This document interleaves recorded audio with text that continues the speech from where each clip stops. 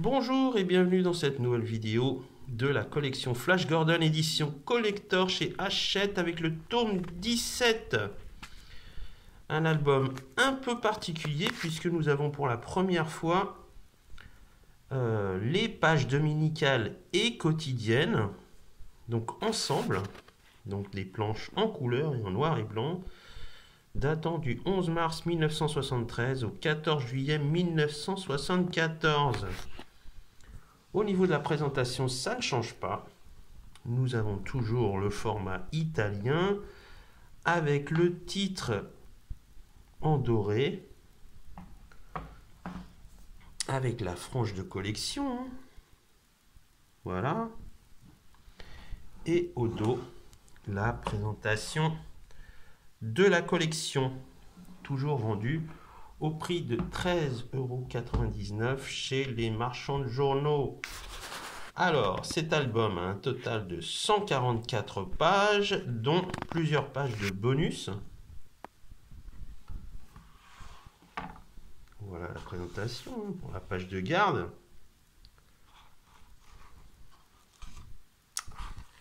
Et en bonus, un article dédié au 80e anniversaire, ou plutôt au 90e anniversaire de Flash Gordon, avec une présentation du logo. Pas mal d'infos dans cet article. Et nous avons, ça c'est plutôt pas mal, une présentation des derniers comics, ou plutôt derniers strips de Flash Gordon. Là, celui-ci date de 2024.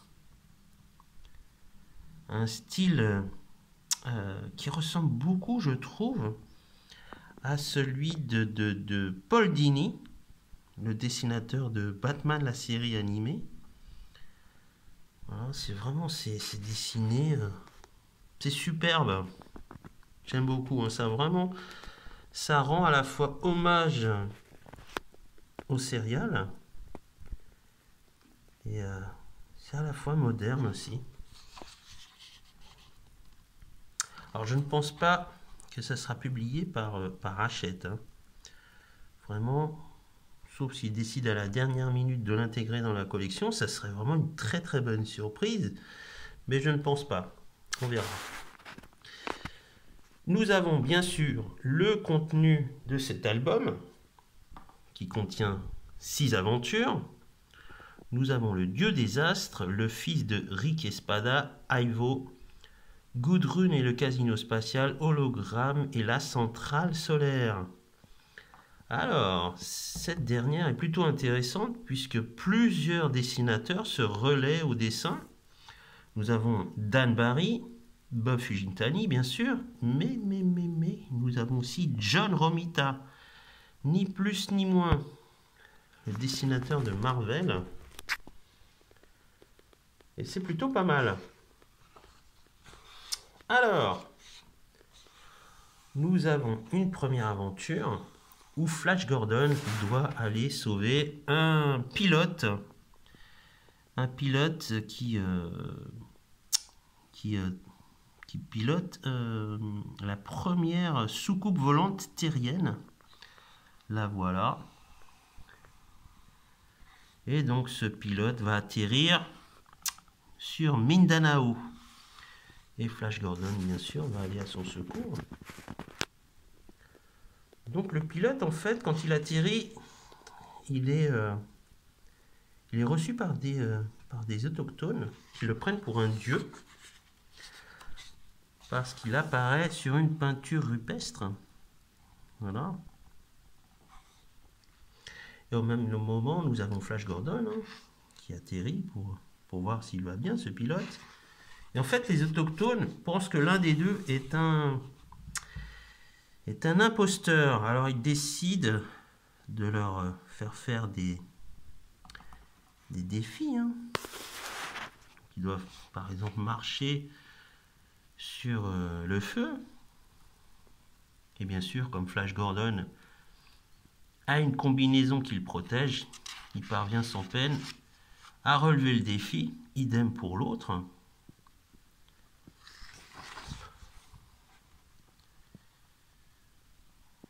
bien sûr, le deuxième défi, c'est de recevoir une lance. Alors là, par contre, ils ne sont pas équipés. Donc là, nos héros trouvent un stratagème pour fuir. Les autochtones les poursuivent. Et c'est là que nos héros vont tomber dans une grotte où se trouve le véritable astronef de l'extraterrestre, celui des peintures. Et en fait, ce dernier va les aider à fuir cette jungle.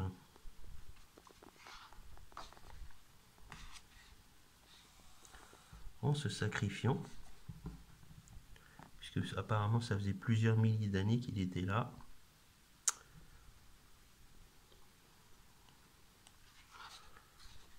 Voilà.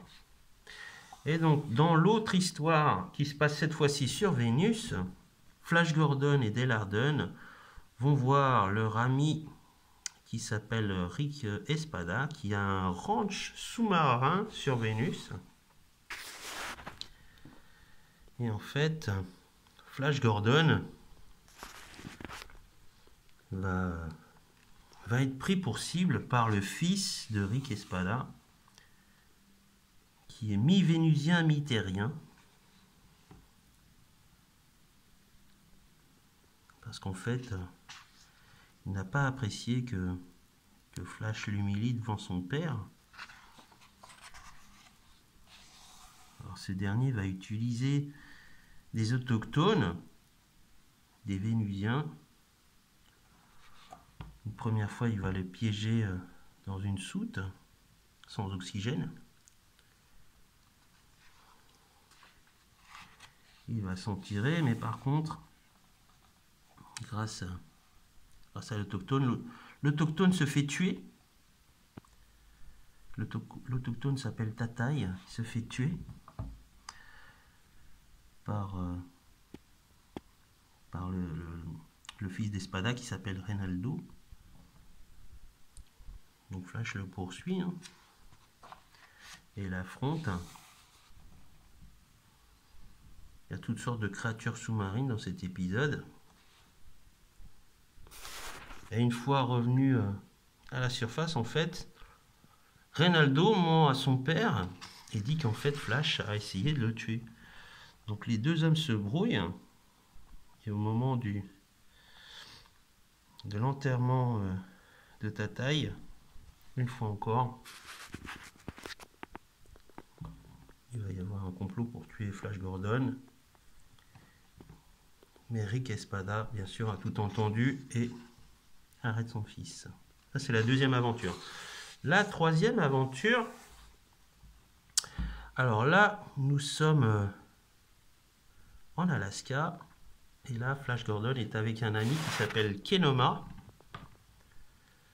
Et en fait, ils doivent mettre des, comment dirais-je, des espèces de sondes sur les animaux sauvages. Là, c'est un ours Kodiak. Et en fait, il tombe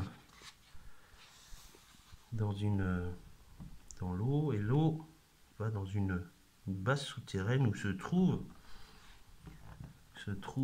toutes sortes de créatures préhistoriques.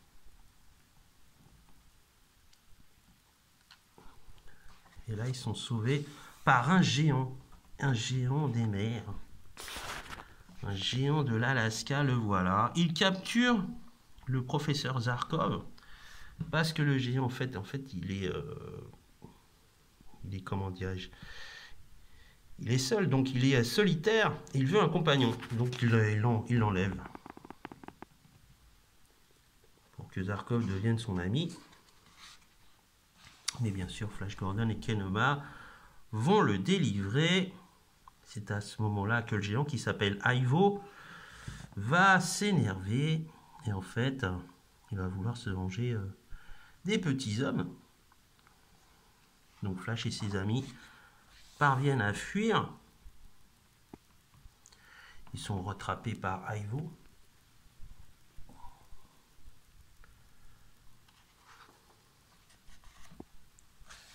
Ce dernier, finalement, va les sauver d'un monstre marin. Ivo est mouillé, il est gelé. Mais les humains lui envoient quand même de la nourriture ainsi qu'une tente pour lui servir de manteau. Et ils le laissent tranquille en Alaska. Voilà, ça c'est la fin de l'épisode. Dans les épisodes suivants, nous avons Flash Gordon qui est envoyé en mission dans un casino spatial pour affronter des pirates de l'espace. Alors cet épisode est constitué de planches dominicales et planches quotidiennes. Et il se trouve qu'ici, le chef des pirates n'est ni plus ni moins que la charmante Gudrun, la chef des Amazones de l'album précédent. Donc Flash, bien sûr, s'investit dans cette enquête.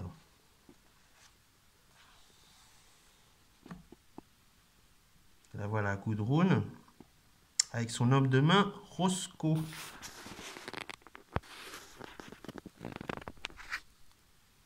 Donc là il y a toutes sortes de rebondissements.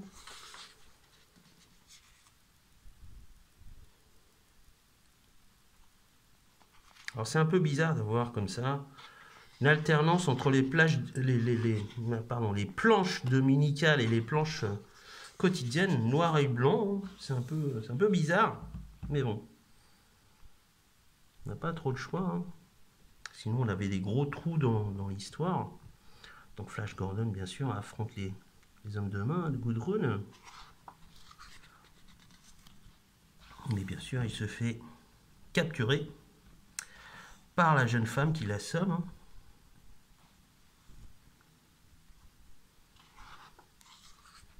Alors c'est un peu bizarre la relation que Gudrun a avec Flash. Hein. C'est un peu une relation amour-haine. Hein. Elle a envie de le tuer, mais pas vraiment. Elle a envie de faire de lui son associé, mais il ne veut pas. Donc c'est un peu particulier. Hein. Comme vous pouvez le constater, le dessin est vraiment de très très bonne qualité, que ce soit en noir et blanc ou en couleur. Et là, on découvre aussi que la jeune femme fricote un peu avec la mafia. Hein.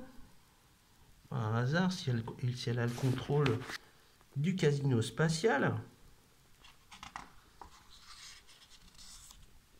Alors, elle se fait toute belle hein, pour essayer de conquérir le cœur de Flash, mais ça ne marche pas.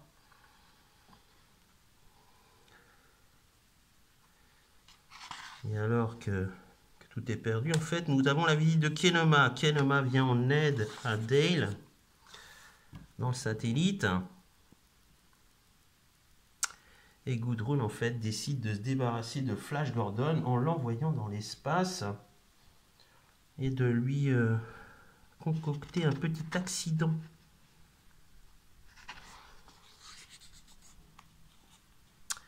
Alors, en fait, le plan était d'envoyer un missile sur la navette où se trouve Flash Gordon, mais ce dernier parvient à reprendre ses esprits et il pilote la navette vers le vaisseau des pirates de l'espace. Et en fait, il s'accroche au vaisseau. Donc en fait, les hommes de Gudrun ne peuvent pas envoyer le missile sous peine de bien sûr détruire leur propre vaisseau.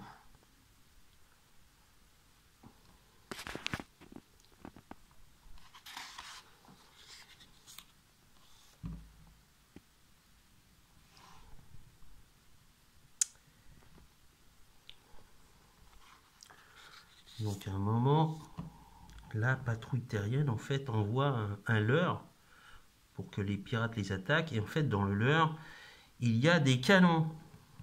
Donc là, on a les pirates de l'espace qui vont attaquer le leurre.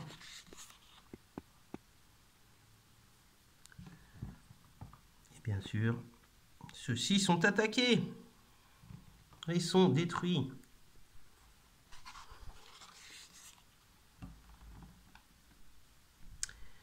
Et bien sûr, Gudrun embrasse Flash, mais l'assomme aussi. Donc la patrouille terrienne revient délivrer Flash, et la jeune femme a disparu. Elle s'est cachée dans un satellite très très lointain.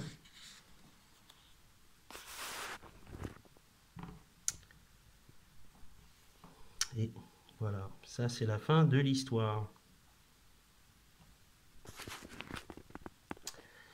Alors que Dale Arden va vers le soleil, Flash lui va vers les contrées neigeuses. Et il se retrouve dans le Colorado chez Zarkov. Et quand il arrive, nous avons notre ami Zarkov, ou plutôt plusieurs Zarkov.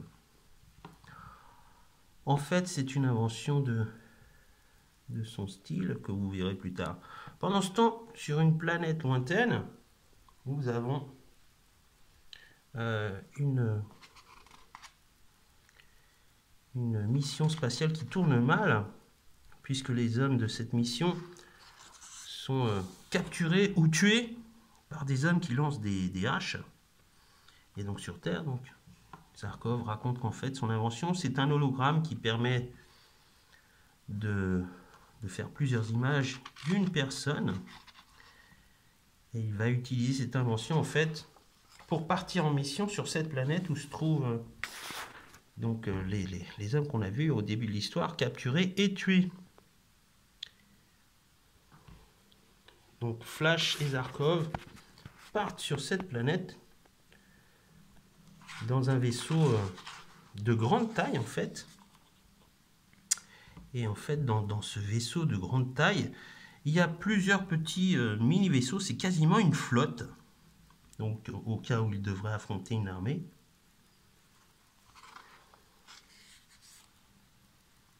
Donc, grâce à des robots avec des caméras, ils voient ce qui est arrivé à la précédente mission d'exploration.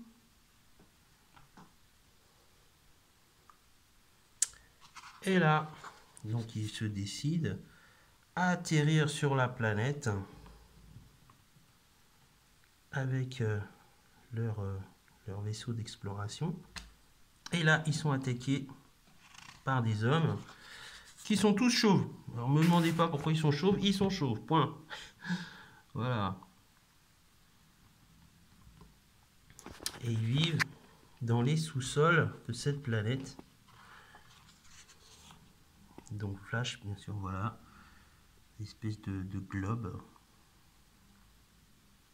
Zarkov et Flash se rendent donc dans les sous-sols de cette planète pour affronter cette tribu un peu particulière.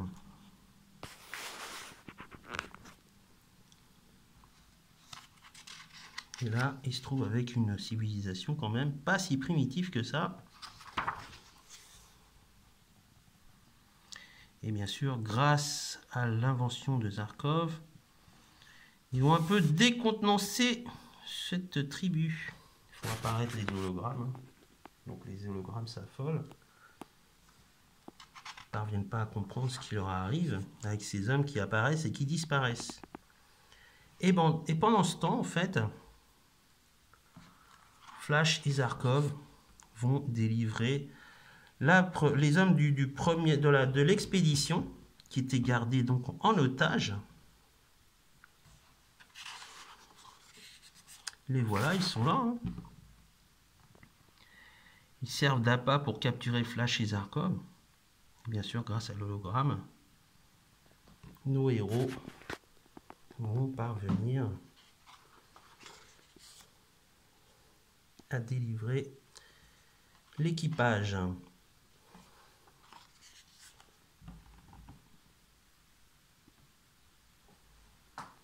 Voilà.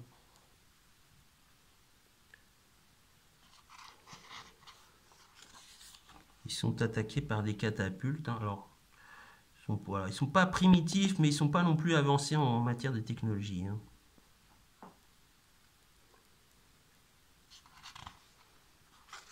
Voilà, et on remonte donc à la surface. Et ils partent de la planète. Voilà. Et enfin, nous avons nous avons une dernière aventure.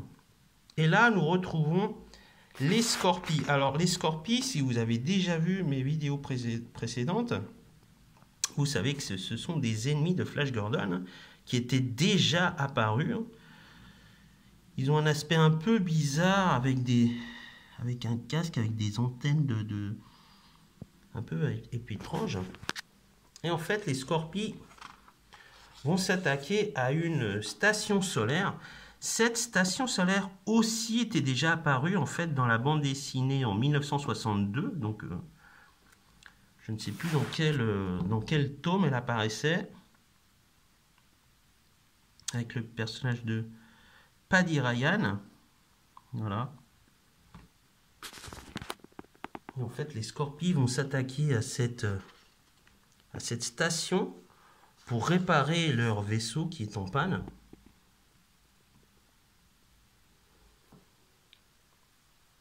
Alors cet épisode est entièrement dessiné à la fois par Dan Barry, John Romita et Bob Fujitani. Bien sûr, hein, il y a plusieurs stratagèmes que Flash va utiliser pour combattre les Scorpies. Il va notamment utiliser leur propre vaisseau contre eux.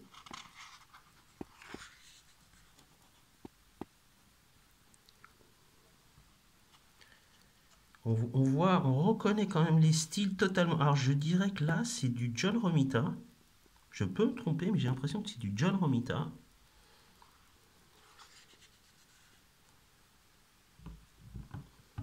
On arrive à percevoir les styles de chaque dessinateur, c'est un peu plus difficile. Mais quoi qu'il en soit, c'est toujours très très bien dessiné.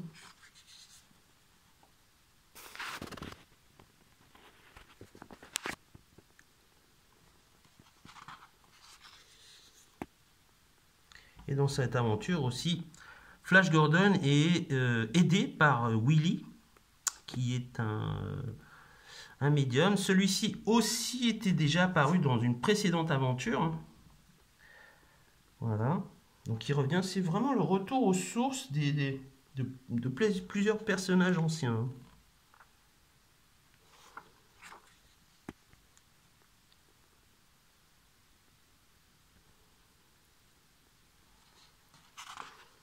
Donc grâce au pouvoir, en fait c'est vraiment ce personnage-là, celui de Willy, va être absolument capital pour cette aventure, puisque grâce à ses pouvoirs de médium, il parvient quand même à utiliser la technologie des Scorpies contre eux.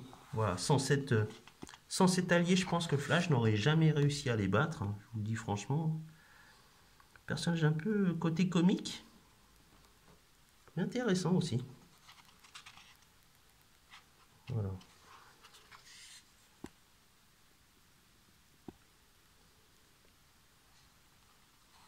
Et voilà, vers la fin.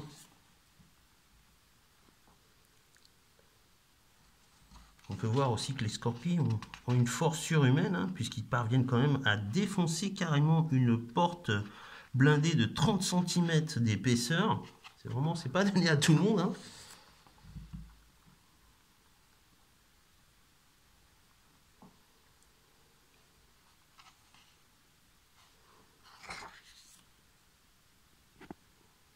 Voilà.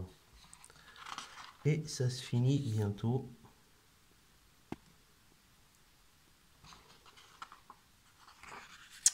Voilà, pour cette aventure de Flash Gordon. 6 aventures exceptionnelles, dominicales et quotidiennes. Pour ce 17e tome de la collection Flash Gordon chez Hachette, que je vous recommande vivement. Quant à moi, je vous dis à bientôt pour une prochaine vidéo. Au revoir.